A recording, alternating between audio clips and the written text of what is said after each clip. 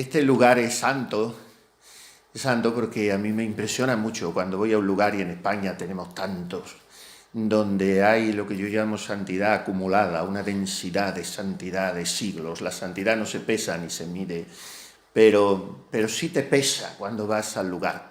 Y aquí, por lo que ustedes cualquiera conocen mejor que yo, pues hay santidad acumulada y luego está bendiciéndonos el Sagrado Corazón. Yo no me figuraba que íbamos a estar justo debajo de él y por lo tanto no caben mejores alas para sentirse uno arropado y mejor amparo.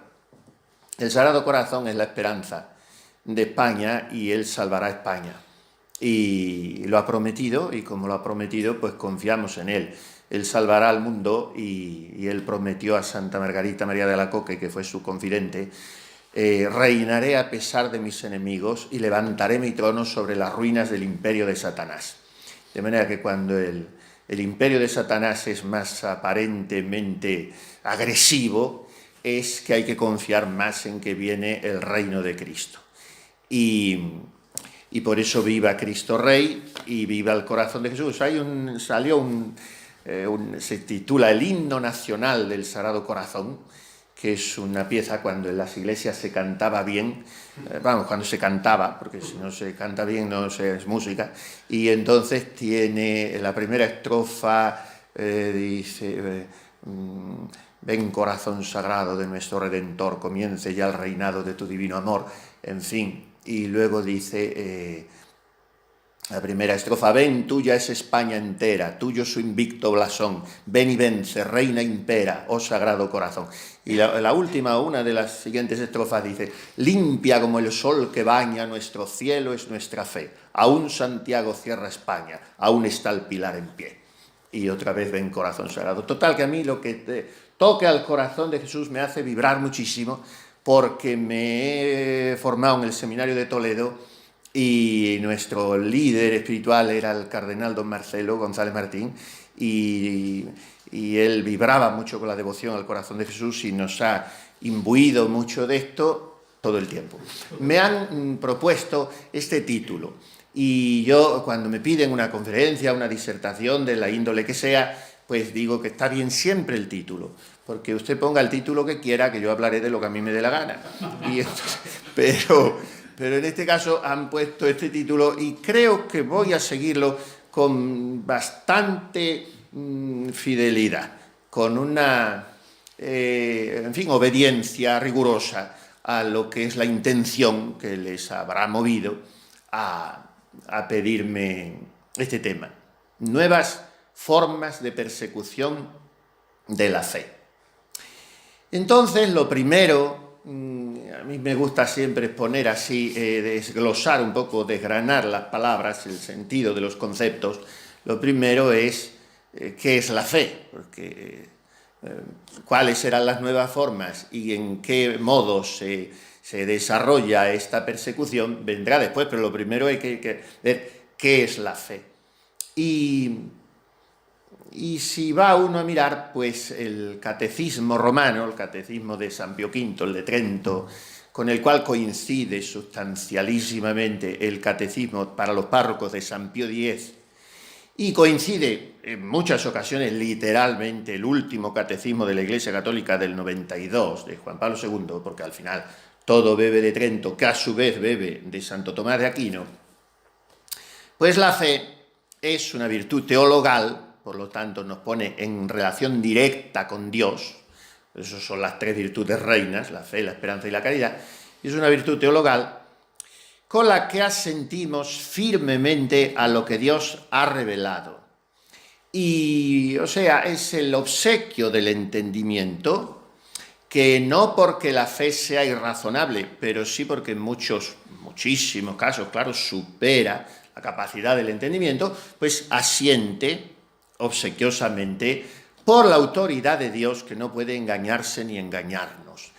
Y por tanto la fe es necesaria para salvarse. Esto es así de rotundo y lo dice nuestro Señor en el Evangelio: el que crea y se bautice se salvará, y el que no crea será condenado. Y el motivo metafísico, antropológico, es muy bonito. El fin Del hombre es la bienaventuranza eterna. Yo para qué nací, para salvarme. Que tengo de morir es infalible. Dejar de ver a Dios y condenarme, triste cosa será, pero posible. Posible, y río y duermo, y en fin, termina diciendo el verso, loco debo de ser, pues no soy santo. Pues el único fin del hombre interesante, el único negocio importante, es la salvación eterna. Porque estos son 2 horas de vida, dice Santa Teresa. 2 horas son de vida, grandísimo el premio. Pues bien, la bienaventuranza eterna, la salvación eterna, del alma se suele decir, mal dicho, del hombre, porque es el hombre entero el que se salva, y después viene la resurrección de la carne, por eso es el hombre entero, pues el fin, la bienaventuranza eterna, es superior a cuanto puede alcanzar la luz de la inteligencia humana. Y por tanto, a la inteligencia humana le resulta necesario recibir de Dios un conocimiento especial que es la fe. Y que por tanto es una virtud teologal, repito, que nos hace creer por firme e infalible todo lo que la Iglesia, en su magisterio, nos asegura que Dios ha revelado, partiendo siempre de las 2 fuentes de la revelación, que son la Escritura y la tradición. Pues esta es la base de lo que tenemos que tener claro sobre lo que es la fe como virtud. Y por eso tenemos que decir, aumentanos la fe, como dicen los apóstoles en el Evangelio de nuestro Señor. Tenemos a veces que inevitablemente sentir el reproche de Jesucristo, hombre de poca fe, porque has dudado, si tuvierais fe como un granito de mostaza.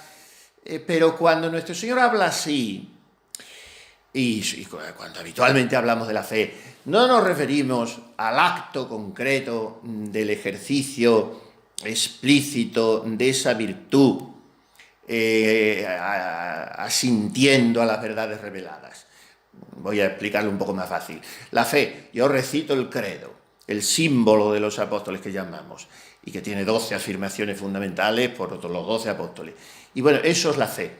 No, porque si luego no hay vida de fe, si esa fe no está informada, como se llama en teología, no está armada por la caridad, entonces es una fe mostrenca, es una fe que no empapa, que no permea la vida y por tanto que no vale para salvarse. El demonio pues también cree absolutamente en Dios y dobla la rodilla ante Él con mucho mayor sentido de adoración que la mayoría de la gente que hoy va a las iglesias y no se arrodilla para nada. Y el demonio dobla la rodilla ante Él porque le reconoce como Dios, pero no tiene ninguna caridad. Santa Teresa le define aquel malvado que no puede amar. Es la definición casi más teológica del demonio, ¿no?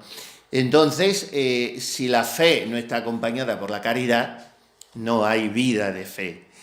Y la vida de fe, ¿cuándo se da? Se da cuando el cristiano traduce la potencialidad del bautismo que ha recibido fundamentalmente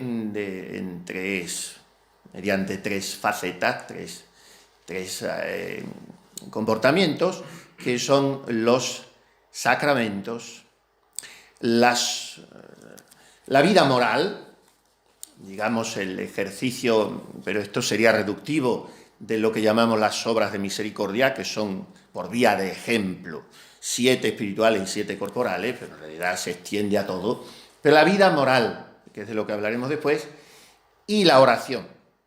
Y si no hay oración, y no hay frecuencia de sacramentos, y no hay una moral cristiana, pues sí, habrá fe, puede que haya fe, pero es una fe con la que uno se va al infierno. Entonces, la cuestión no es solamente una fidelidad a la hora de confesar el credo, sino la traducción de ese credo en la vida. Por tanto, este triple desdoblamiento de la fe, y ahora empezamos a bajar al tema ya más concreto nuestro, pero creo que eran necesarios estos preliminares, el triple desdoblamiento de la fe, que unido a la propia fe, compone las 4 partes de todo catecismo, si es verdadero catecismo, que ahora catequesis se llama cualquier cosa y se reduce a ser buenas personas, pero si es verdadero catecismo, tiene 4 pilares, que son el credo, la fe, los sacramentos, el misterio cristiano, los mandamientos, la moral y el Padre Nuestro, que se suele poner como modelo de oración. O sea, los 4 grandes pilares, bases que sustentan la vida cristiana. La fe, los mandamientos, los sacramentos y la oración. Pues bien, la fe, que es algo absolutamente personal, aunque se viva comunitariamente, pero lo comunitario no suple nunca lo personal, tiene que desdoblarse en estos 3 aspectos: sacramentos, mandamientos y oración. Y ese desarrollo de la fe es externo, y como que es externo, es público. Y como que es público, tiene que desenvolverse entre lo que llamaba San Agustín ya en el siglo V, las persecuciones del mundo y los consuelos de Dios. Y aquí entramos ya en la manera de defender la fe, de mantener la fe, de correr bien la carrera y de luchar bien el combate, como decía San Pablo. Puedo decir, cursum consummavi, certamen certavi, fidem servavi. He corrido bien la carrera, he luchado bien en el combate, he mantenido la fe.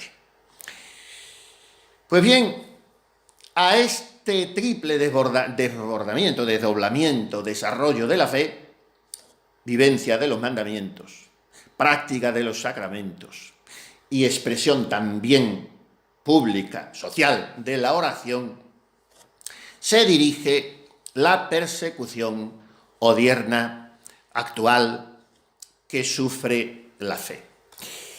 Y que vamos a mirarla porque es poliédrica, según los varios rostros que presenta hoy esa persecución de la fe. Me dejaré muchos otros rostros seguramente en el tintero, pero trataré de aludir a los que me parecen fundamentales hoy. Se trata primero de una persecución antropológica, porque hoy no existe la metafísica en la práctica, en el pensamiento, en la casi inexistente intelectualidad de hoy. No existe la metafísica, por eso es inexistente prácticamente la intelectualidad. No existe la metafísica, no diré ya en el ámbito universitario, cuyo espectro hoy es también muy triste, sino en la traducción de la vida cotidiana. Y claro, sin metafísica, pues se cae inevitablemente en el abismo al que hoy se precipita la sociedad y el individuo, que es el naturalismo práctico, con todos los ribetes, unas veces más agresivos y otras veces más envueltos en los oropeles de la elegancia externa, pero al fin son ribetes del materialismo marxista con toda su dialéctica, porque a eso conduce la ausencia de la metafísica y también deriva en el capitalismo. Y entonces se pulveriza una sana antropología y el hombre no se entiende a sí mismo como lo que verdaderamente es y claro, inevitablemente la consecuencia es vivir et si Deus non daretur, que es expresión de un protestante que estuvo en las cárceles, en fin, pero es una expresión que usaba mucho, no es, aunque se dice que es de este Bonhoeffer, pero no es de él, pero bueno, se popularizó por él, porque hablando de los campos de concentración decía que allí era como si Dios no existiera, y entonces esta expresión la usó con mucha frecuencia Benedicto XVI, que es uno de los grandes pensadores que en la actualidad ha señalado con una profundidad extraordinaria, claro, y con una solidez de pensamiento en el que en algunas tomas de postura se puede estar de acuerdo o no a nivel antropológico, pero hay que reconocer su estructura interna fortísima, como pocos o prácticamente nadie lo han señalado en Europa en estas últimas décadas, porque Ratzinger lo venía haciendo desde los años 60. Y bien, entonces él usaba mucho esta expresión. El hombre de hoy vive et si Deus non daretur, como si Dios no se pusiera, poner la cuestión de Dios, como si Dios no se diera, no tanto como si no existiera, porque a mí no me interesa si existe o no existe, que es la postura del agnóstico de hoy, que es el ateo por lo fino. Entonces, no me interesa si existe o no, sino que no se pone la cuestión. No me importune usted con este tema, porque este tema no se da. Et si Deus non daretur. Por lo tanto, esto que está de fondo, como música horrísona, iba a decir, de fondo, es lo que influye en todas las demás persecuciones. Hay una antropología enferma y de ahí surgen las otras posturas que ya se concretan en la persecución. Y por tanto, el segundo rostro sería el de una persecución sociológica, que es innegable hoy, porque las modas, las ideas, los ambientes, las amistades, las celebraciones, las diversiones, el mundo laboral, el mundo, repito, universitario, todo lo que está en la sociedad, en el mejor de los casos, en muchas ocasiones, concede, admite con una benevolencia magna la presencia de ciertas ideas que se tengan además en sordina y entre bastidores cristianas, pero no en absoluto la presencia de lo que se ha venido llamando la civilización cristiana. Y entonces esta sería la segunda persecución, que es una persecución sociológica, repito. La tercera, que está hoy a la orden del día y que se ha desarrollado de una manera furibunda y con una rapidez increíble, pero no imprevisible en las últimas décadas, es la persecución legal, que tiene hoy todo lo que huela a un cristiano. Yo a veces señalo y me parece que es más riguroso y más exacto señalar que lo que se persigue es lo católico. Pero esto quizá fuera más correcto decirlo dentro de la Iglesia. Pero hoy en la sociedad, las leyes, desde hace pocas décadas, así como detrás de esa antropología enferma que he citado, está el luteranismo y detrás del marxismo también. Sin embargo, hoy padecemos, porque verdaderamente hay un influjo preternatural, o sea, diabólico para entendernos, detrás de todo esto. Hoy no es tanto desde las instancias legales, etcétera, o oficiales, que se persiga a lo católico, sino a lo cristiano, porque se ha pasado un poco de la persecución a lo eclesiástico, que está en España, se ha dado siempre, y si no en España no sería España, porque el español va detrás de un cura o con una vela o con un palo, y entonces el anticlericalismo es también muy propio en España, hasta de los católicos, y tiene sus ribetes simpáticos, digamos por lo galdosiano, en fin, pero no vamos a derivarnos en todo eso. De la persecución a lo eclesiástico, se pasó a una persecución a lo católico, y yo creo que hoy es una persecución a lo cristiano, en el sentido de que se padece una verdadera cristofobia, Por eso digo que es preternatural, porque el odio a Cristo no viene más que de Satanás. Bien, pues la persecución legal la tenemos, como digo, servida hoy y la tenemos vista en cada momento. Es una persecución que mira al ámbito de la vida, y esto es palmario, porque no puede prosperar una sociedad, ni puede ser bendecida. Lo decía, algunas veces lo dijo públicamente la Madre Teresa de Calcuta. Mientras tenga admitido, legalizado, propugnado el aborto. Es una persecución a la vida por el aborto.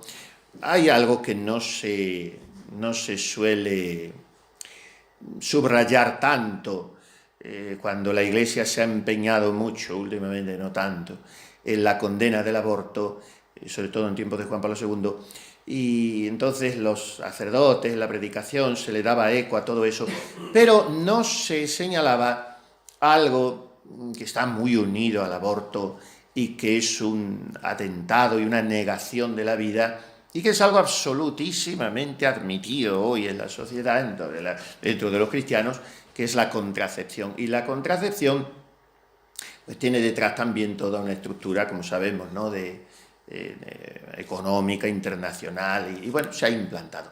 Es la cultura de la muerte, la llamaba, muchas veces Juan Pablo II usó esta expresión, cultura de la muerte, contracepción, el aborto, la eutanasia, que está también servida ya prácticamente, y bueno, todo lo que niegue, todo lo que ciegue las fuentes de la vida. Digo persecución legal porque todo esto está apoyado, como sabemos bien, jurídicamente, y está además cada vez fortaleciendo más ese armazón legal que lo sostiene, y como una marea imparable. Además, en lo legal hay una persecución muy evidente a la familia, porque se sabe que es el sostén al final de la civilización cristiana, y entonces hay el enaltecimiento hoy por ejemplo, no se usan ya ni siquiera estas palabras, porque claro, el uso de los vocablos encierra mucho, y la difuminación de los conceptos pues hace que lo que ellos quieren significar también vaya diluyéndose, y de conceptos como adulterio, como fornicación, como sodomía, pues no se habla, y se ha pasado a hablar de nuevas uniones y de matrimonio homosexual y de todas esas cosas que están refrendados por las leyes en España. Y bueno, pues ahí tenemos también una persecución. Es que todo esto me lo estarán notando según lo voy enunciando. Me sugieren extenderme un poco, pero me voy tirando de las riendas. No digamos nada dentro de este campo de la persecución legal a la familia, de uno de los dos arietes que yo considero que están constituyendo ya un castigo de Dios a la gran apostasía del mundo, de la vieja cristiandad, que junto con el Islam es la ideología de género, una mal llamada ideología de género, como todo mal llamado, ¿no? Y entonces, bueno, eso está trayendo ya unas consecuencias escalofriantes. Ahí tenemos una persecución muy peligrosa. Después, en la persecución legal está también la persecución a la educación. Cada vez más el totalitarismo práctico del Estado está implantándose en la contraeducación de los niños desde una edad muy tierna y invadiendo los derechos, la libertad de educación que tienen los padres. Y bien, la educación para la ciudadanía, todo lo que trajo esto ya hace muchos años. Y la manipulación, esto ya a nivel más docente, más pedagógico, más cultural, entre comillas, la manipulación de los contenidos de la educación hoy.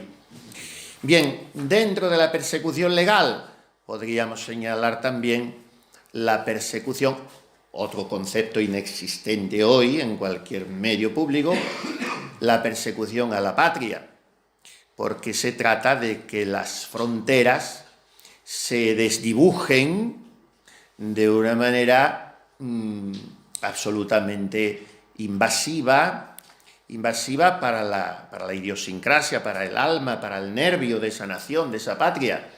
Y ahí lo estamos viendo, las riadas de inmigrantes ilegales, legalísimos y favorecidísimos, y por tanto la entrada en plan masivo del Islam en España. Bien, un cuarto rostro sería, y este es tan patente y tan evidente y tan ofensivo y tan repugnante en tantísimos casos, es el de la persecución mediática. Por lo que venimos diciendo, porque yo no voy a entrar en consideraciones que no me pertenecen y a quién sirven la práctica totalidad hoy de los medios de comunicación, pues esto se sabe. Y como sirven a quién sirven, pues a tal señor, tal honor y tal servicio.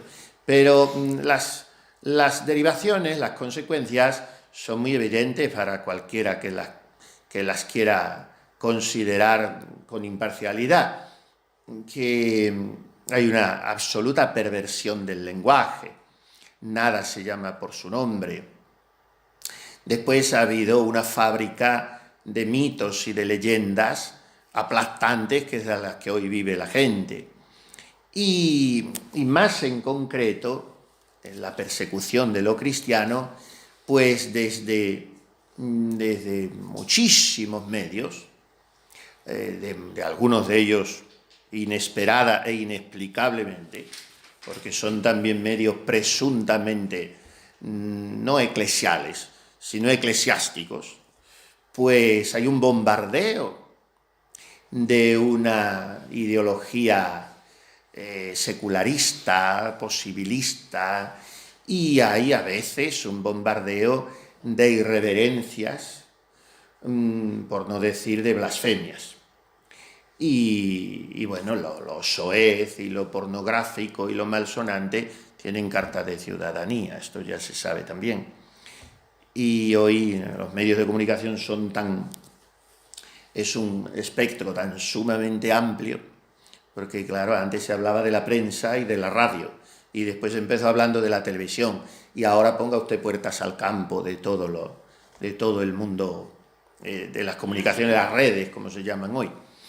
Pues bien, el otro día leí un artículo que estaba bien planteado, de Usía, y se titulaba, en La Razón me parece que es donde escribe, Santos antifascistas. Y entonces, bueno, venía a concluir eso, que hoy el desideratum maximum y el perfil social perfecto es la demonización de lo fascista, porque fascista es el que ama España, fascista es el que tenga una familia normal, fascista es el católico, fascista es el que tiene una orientación sexual normal, y ese es el fascista. Bueno, pues estos son los medios de hoy. Y es una persecución absolutamente orquestada, porque sería absurdo y sería del género tonto negarlo, esto se sabe, al servicio de inmensos, incalculables intereses internacionales.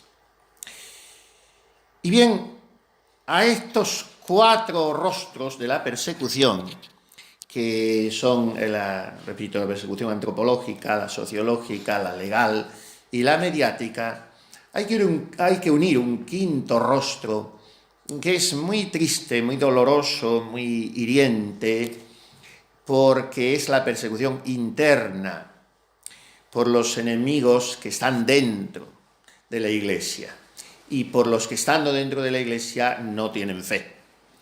Esto ha sido siempre señalado por los grandes papas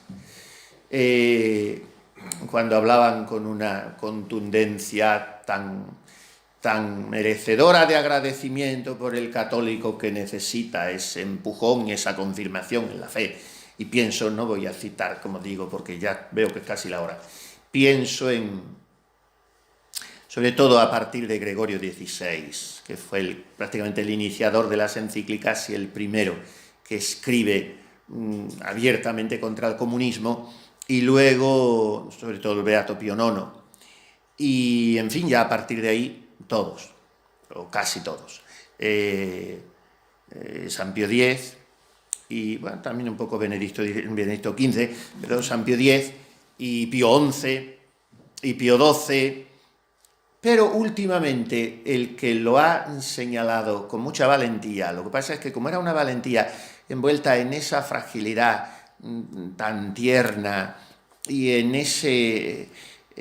esa vulnerabilidad frente a tantos, que era la de Benedicto XVI, pues no parecía valentía. Pero señaló con mucha valentía y lo hizo sobre todo en un lugar y en un momento muy sintomáticos, que fue en Fátima. Cuando él fue a Fátima en el año 2010 y puso de relieve que el mensaje de Fátima no estaba completo, no estaba cumplido del todo. Y entonces señaló allí la ofensiva que hoy padece el católico por parte de los enemigos internos, los que están dentro, que son los que más daño hacen a la Iglesia.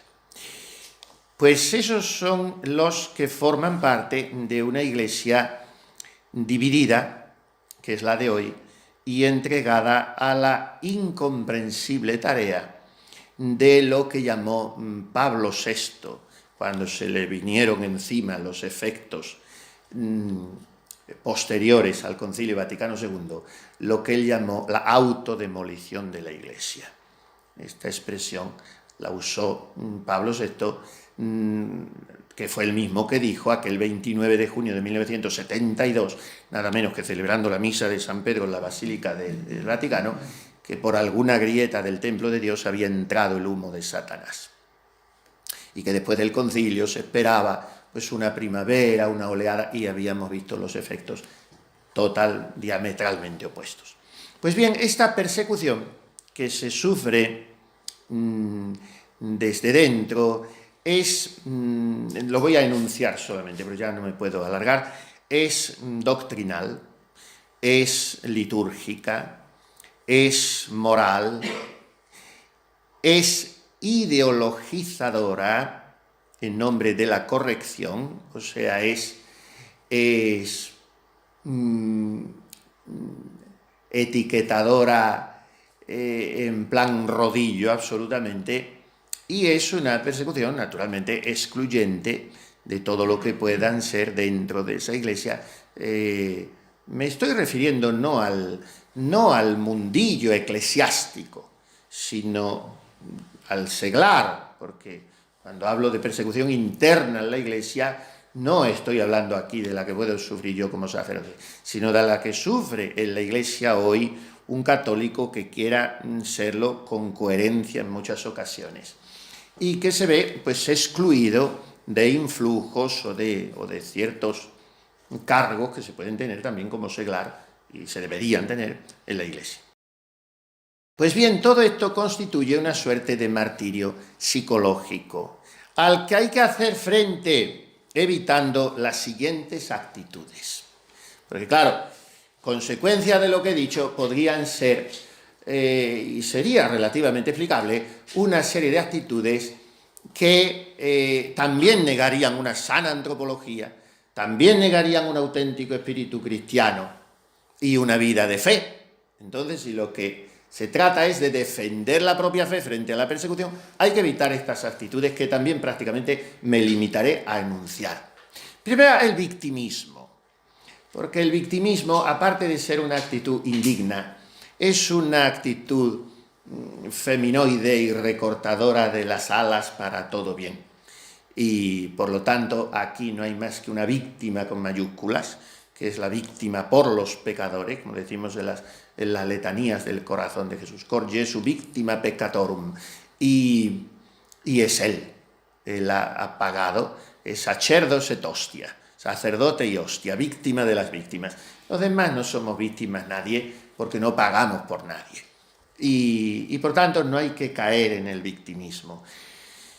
Y se cae en el victimismo cuando nos entregamos de una manera a veces irrisoria a lamentos estériles que no producen nada. Otra actitud a evitar es el derrotismo. Porque bueno, ya para qué, si esto está perdido, y claro, ahí hay una carencia de esperanza teologal cristiana que hace que prácticamente seamos hombres sin esa fe que decimos que nos persiguen. Entonces no hay que caer en el derrotismo tampoco. Otra actitud que hay que evitar es el absentismo. El absentismo. Hoy a uno de ustedes que venían aquí conmigo, no sé qué, digo, en fin, hablando de la presencia de ciertos señores en cierta capital de España que no está muy lejos de nosotros, me ha dicho, bueno, la mayoría están en su casa. Bueno, pues ese es el problema de hoy, de la Iglesia y de los católicos, que la mayoría están en su casa, porque en casa no hace frío y no oigo impertinencias y se comprende que al final donde mejor se está es en casa, pero eso es absentismo y es quitarte de en medio, entonces no vas a estar dando cabezazos contra una puerta que está cerrada, pero tampoco vas a autoexcluirte de antemano, porque entonces no te puedes quejar después. Ese absentismo se traduce en lo que llamaba Pío XII. Él decía que hay 3 estratos de la Iglesia, que bueno, no lo decía Pío XII, lo dice la teología. La Iglesia tiene 3 estratos, la Iglesia militante, que es la nuestra, nosotros, que está muy bien dicho, si lo fuera de verdad, ojalá lo fuera de verdad, Iglesia militante. La Iglesia purgante, la de nuestros difuntos, que están pagando sus penas, porque las culpas no hay que las pague en el otro mundo, si no las pagas en este, si no las pides perdón en este, pero las penas, lo que te has acarreado de purgatorio, pues eso es la Iglesia purgante. Y luego la Iglesia triunfante, que es la de los bienaventurados en el cielo, que habrá tantos, además de los santos. Bueno, pues Pío XII decía, Iglesia militante, Iglesia purgante, Iglesia triunfante, pero además en estos tiempos ha surgido un cuarto estrato, la Iglesia durmiente, y esa es la del católico de hoy, y ese es el absentismo. Quiero leer, llegado a este punto, una carta que me han mandado hoy, a ver si la encuentro, de un mártir cristero de los cristeros de México, que se llama San Anacleto, me parece que está canonizado o beatificado, no me acuerdo ahora, Anacleto González Flores, y dice en esta carta él, muchos católicos desconocen la gravedad del momento y sobre todo las causas del desastre.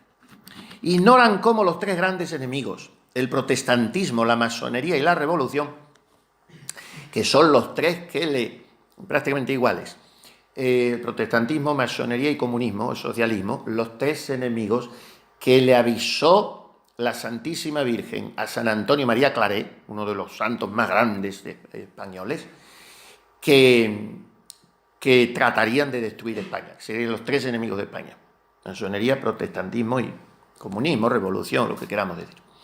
Trabajan de manera incansable y con un programa de acción alarmante y bien organizado. Estos 3 enemigos están venciendo al catolicismo en todos los frentes, a toda hora y en toda forma posible. Combaten en las calles, en las plazas, en la prensa, en los talleres, en las fábricas, en los hogares. Trátase de una batalla generalizada. Tienen desenvainada su espada y desplegados sus batallones en todas partes. Esto es un hecho. Cristo no reina en la vía pública, en las escuelas, en el Parlamento, en los libros, en las universidades, en la vida pública y social de la patria. Quien reina allí es el demonio. En todos aquellos ambientes se respira el hálito de Satanás. ¿Y nosotros qué hacemos? ¿Nos hemos contentado con rezar, ir a la iglesia, practicar algunos actos de piedad, como si ello bastase para contrarrestar toda la inmensa conjuración de los enemigos de Dios? Les hemos dejado a ellos todo lo demás. La calle, la prensa, la cátedra, los diversos niveles de la enseñanza, en ninguno de esos lugares han encontrado una oposición seria. Y si algunas veces hemos actuado, lo hemos hecho tan pobremente, tan raquíticamente, que puede decirse que no hemos combatido. Hemos cantado en las iglesias, pero no le hemos cantado a Dios en la escuela, en la plaza, en el Parlamento, arrinconando a Cristo por miedo al ambiente. Reducir el catolicismo a plegaria secreta, a queja medrosa, a temblor y espanto ante los poderes públicos cuando estos matan el alma nacional y atasajan en plena vía la patria, no es solamente cobardía y desorientación disculpable, es un crimen histórico, religioso, público y social que merece todas las execraciones. Las almas sufren de empequeñecimiento y anemia espiritual. Nos hemos convertido en mendigos, renunciando a ser dueños de nuestros destinos. Se nos ha desalojado de todas partes y todo lo hemos abandonado. Hasta ahora, casi todos los católicos no hemos hecho otra cosa que pedirle a Dios que Él haga, que Él obre, que Él realice, que haga algo o todo por la suerte de la Iglesia en nuestra patria, y por eso nos hemos limitado a rezar esperando que Dios obre, y todo ello bajo la máscara de una presunta prudencia. Necesitamos la imprudencia de la osadía cristiana. Los católicos de México han vivido aislados, sin solidaridad, sin cohesión firme y estable. Ello alienta al enemigo al punto de que hasta el más infeliz policía se cree autorizado para bofetear a un católico, sabiendo que los demás se encogerán de hombros. Más aún, no son pocos los católicos que se atreven a llamar imprudente al que sabe afirmar sus derechos en presencia de sus perseguidores. Es necesario que esta situación de aislamiento, de alejamiento, de dispersión nacional termine de una vez por todas y que a la mayor brevedad se piense ya de una manera seria en que seamos todos los católicos de nuestra patria, no un montón de partículas sin unión, sino un cuerpo inmenso que tenga un solo programa, una sola cabeza, un solo pensamiento, una sola bandera de organización para hacer frente a los perseguidores. Una carta de hace 90, algo más de 90 años, y no hay que añadir nada. Pues bien, frente a esas otras actitudes que hay que evitar, el cansancio, la incoherencia de vida, porque entonces estamos dando un mentís a lo que decimos que persiguen en nosotros, y la cobardía, el posibilismo, que está hoy a la orden del día en los católicos. Y entonces, frente a esa persecución paulatina, sutil, imparable, hemos de conjurar dos síntomas también. Uno es el síndrome de la rana hervida. Es la rana que hemos leído todos ese cuentecito, ¿no? Que echan un poquito más caliente el agua, un poquito más caliente, y la rana empieza a encogerse, qué caliente, hasta que aquello empieza a hervir, la rana se ha achicharrado viva. Pues eso es lo que pasa a católicos. Somos la rana hervida, esto empezó con un poquito, está templadita el agua, está templadita y parece que va quemando y te has escaldado vivo. Pues así está hoy la cosa, y ese síndrome lo tenemos. Y el otro síndrome, que es muy vergonzoso padecer, pero padecen multitud hoy también de católicos, es el síndrome de Estocolmo. O sea, nuestros secuestradores son muy buenos, porque al final nos permiten seguir existiendo y nos dejan la COPE y lo otro, y estamos todos tan contentos. Bueno, pues las actitudes de respuesta, he dicho lo que hay que evitar, ahora lo que hay que fomentar, de respuesta a la persecución contra la fe, son más fe, ni más ni menos. Porque hay que contrarrestar la carencia de algo aprovisionándose de eso de lo que escaseamos. Por lo tanto, más fe. Y más fe en la palabra de Jesucristo, que no puede engañarse ni engañarnos. Si el mundo os odia, sabed que antes me ha odiado a mí, y no puede hacer otra cosa que odiaros. Y si a mí me han perseguido, también os perseguirán a vosotros. Estas palabras del Evangelio, como todo lo incómodo del Evangelio y lo que tenga forma de cruz en el Evangelio hoy, es recortado y es eliminado. Esta es la palabra de Cristo y no puede ser el discípulo mayor que su maestro. Y sobre todo la última bienaventuranza. La última bienaventuranza que hay que leer siempre hay que citar un poco la Biblia y todas las cosas en latín, porque primero que el latín es más señorito, segundo que no admite confusión posible y tercero que no tiene más que esa versión, que es la de la Vulgata. Y entonces en la última de las 8 bienaventuranzas de San Mateo dice nuestro Señor: Beati estis cum maledixerint vobis et persecutibus fuerint et dixerint omne malum adversum vos mentientes propter me. Que es bienaventurados seáis cuando os maldijeren y dijeran todo, y os persiguieren y dijeran todo mal contra vosotros, mintiendo por mí. Y añade el Señor: gaudete et exultate, alegraos y regocijaos, porque vuestra recompensa será copiosa en los cielos. Pues bien, fe es lo que necesitamos, en la palabra de Cristo, en la promesa de Cristo. Yo estaré con vosotros todos los días hasta el fin del mundo. Y en el ejemplo de Cristo, fe en su ejemplo, porque hay que mirarle en la cruz, hay que mirarle en el Calvario. Hoy uno de los efectos más perniciosos de la mal realizada reforma litúrgica actual es que se ha oscurecido muchísimo en la misa hoy el aspecto de sacrificio, la centralidad de la cruz. Y es un banquete de amigos, al modo protestante muchas veces, y claro, si se oscurece en la Iglesia, en la vida del cristiano, que es lo que dicen los cartujos, dum volvitur orbis stat crux, entonces todo queda desdibujado, porque es la cruz de Cristo lo que nos salva. Y por lo tanto es posible resistir con alegría y con esperanza cristiana. Pues bien, debemos poder decir con San Pablo, y con esto casi termino, porque es que los curas, cuando decimos estoy terminando, quiere decir que falta más o menos la mitad, tanto como se lleva. Y entonces, por eso yo he dicho antes, porque se le da un respiro al auditorio, y dice, bueno, ya menos mal. Pero no, eso es una desconexión psicológica, pero tú sigues a lo tuyo y completas como otro 50% de lo que llevabas, pues si no, no te da tiempo. Y somos tontos porque dice uno, ¿cómo voy a dejar lo que queda si es tan interesante? Luego cuando termino digo, si ellos no sabían lo que quedaba ni lo interesante que era, pero te da un poco pena, te da pena no tanto por ellos, sino por ti que lo has preparado, que narices. Y entonces dice, bueno, seguiremos y hasta que ya se remuevan mucho o tosan o tal y cual. Algunos se remueven de todas maneras porque la sangre no les deja, desde los primeros 5 minutos se mueve. No, pero cuando hay atención, que yo les agradezco, pues se sigue. Bueno, pues San Pablo a los Corintios dice, en toda tribulación padecemos, pero no nos angustiamos. Estamos acosados, pero no derribados. Padecemos persecución, pero no nos abandonamos. Estamos casi desfallecidos, pero no perecemos. Llevamos siempre la mortificación de Jesús en nuestro cuerpo para que la vida de Jesús se manifieste también en nuestro cuerpo, según aquello que está escrito. Credidi etiam locutus sum, que es del Salmo 115. Creí, por eso hablé. Y si nos apoyamos en eso, entonces nos conducimos con verdadera fe, con fe traducida en oración y sacramentos, y lo cual no hay fe. Con esperanza cristiana, confianza, Cristo ha vencido, no es que vencerá, es que ha vencido, pero de una manera misteriosa, escatológica. Yo estoy incluido en esa victoria, solo tengo que esperar a que se manifieste, pero ha vencido. Nos conduciremos con alegría, porque toda esta persecución que he dicho puede producir, y muchas veces la produce, y Satanás se frota las manos, el celo amargo de quien se queja de todo, de quien condena todo, de quien tiene un espíritu crítico exacerbado. No, tenga un corazón ancho y dilatado y procura querer a la gente y sea alegre. Y nos conduciremos con virilidad, no siendo ese ha sido un hallazgo, es un creador de palabras, Federico. Lo de los maricomplejines es lo contrario a esta virilidad, ¿no?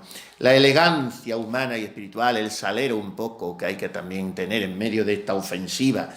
Y hay que también una cosa, cultivar mucho para mantener la fe, que hoy estamos pez en eso también, que es la formación. Hay que leer un poco más y hay que cultivarse y hay que formarse. Y la parresía, que es una palabra griega que aparece en los Hechos de los Apóstoles, que quiere decir una mezcla de audacia, de intrepidez, de coraje, de desvergüenza, de caradura, de que a mí no me importa y yo defiendo lo mío porque no es lo mío, que es lo de Cristo. Y cultivar la familia desde el noviazgo es tan importante hoy. Lo del noviazgo y la educación de los hijos y las amistades y el apostolado, en fin. He estudiado a propósito de preparar un poco esta no sé cómo decir, esta intervención tan deslavazada y tan desmañada que les acabo de dirigir. 2 discursos y tengo aquí los resúmenes y son fantásticos, pero no ni aludo a nada, solo al título, para que, vamos, a la referencia, para que si tienen tiempo y ganas, vayan a ello, porque a mí me han iluminado mucho. Tenía ganas de leerlos. Tienen cada uno 8 o 10 folios, no son demasiado largos, de Ratzinger los dos. Uno del año 70, cuando era cura él, el 11 de junio del 70, en Múnich, tuvo un discurso que se titula ¿Por qué permanezco en la Iglesia? ¿Por qué permanezco en la Iglesia? Después de haber señalado en el año 70 que la situación de la Iglesia era de un confusionismo atroz y de un horizontalismo y de un falso reformismo perniciosos, él decía, pero tengo que permanecer en la Iglesia. O sea, los males hay que señalarlos. No, todo es una maravilla, todo está bien. No, la situación está fatal, fuera de la Iglesia y dentro. Pero él dice, ¿por qué permanezco en la Iglesia? Y nunca dice por los curas. Eso no lo dice nunca, porque yo tampoco, tanta gente, eso es un argumento tan manido y tan torpe y tan romo y tan chato y tan tonto. Es que yo no creo en los curas, yo creo no creo en Dios, pero no creo en los curas, ni yo tampoco, no creo ni en mí, ya creeré en los demás. No creo en los curas, empezando por mí, no creo. Bueno, pues, y luego hay otro discurso, que es el del cardenal Ratzinger, a los presidentes de las comisiones doctrinales europeas en 1989. Y es no me acuerdo, no he puesto el título, me caché la mano, pero es los riesgos de la fe en Europa hoy, la situación de la fe en Europa o tal.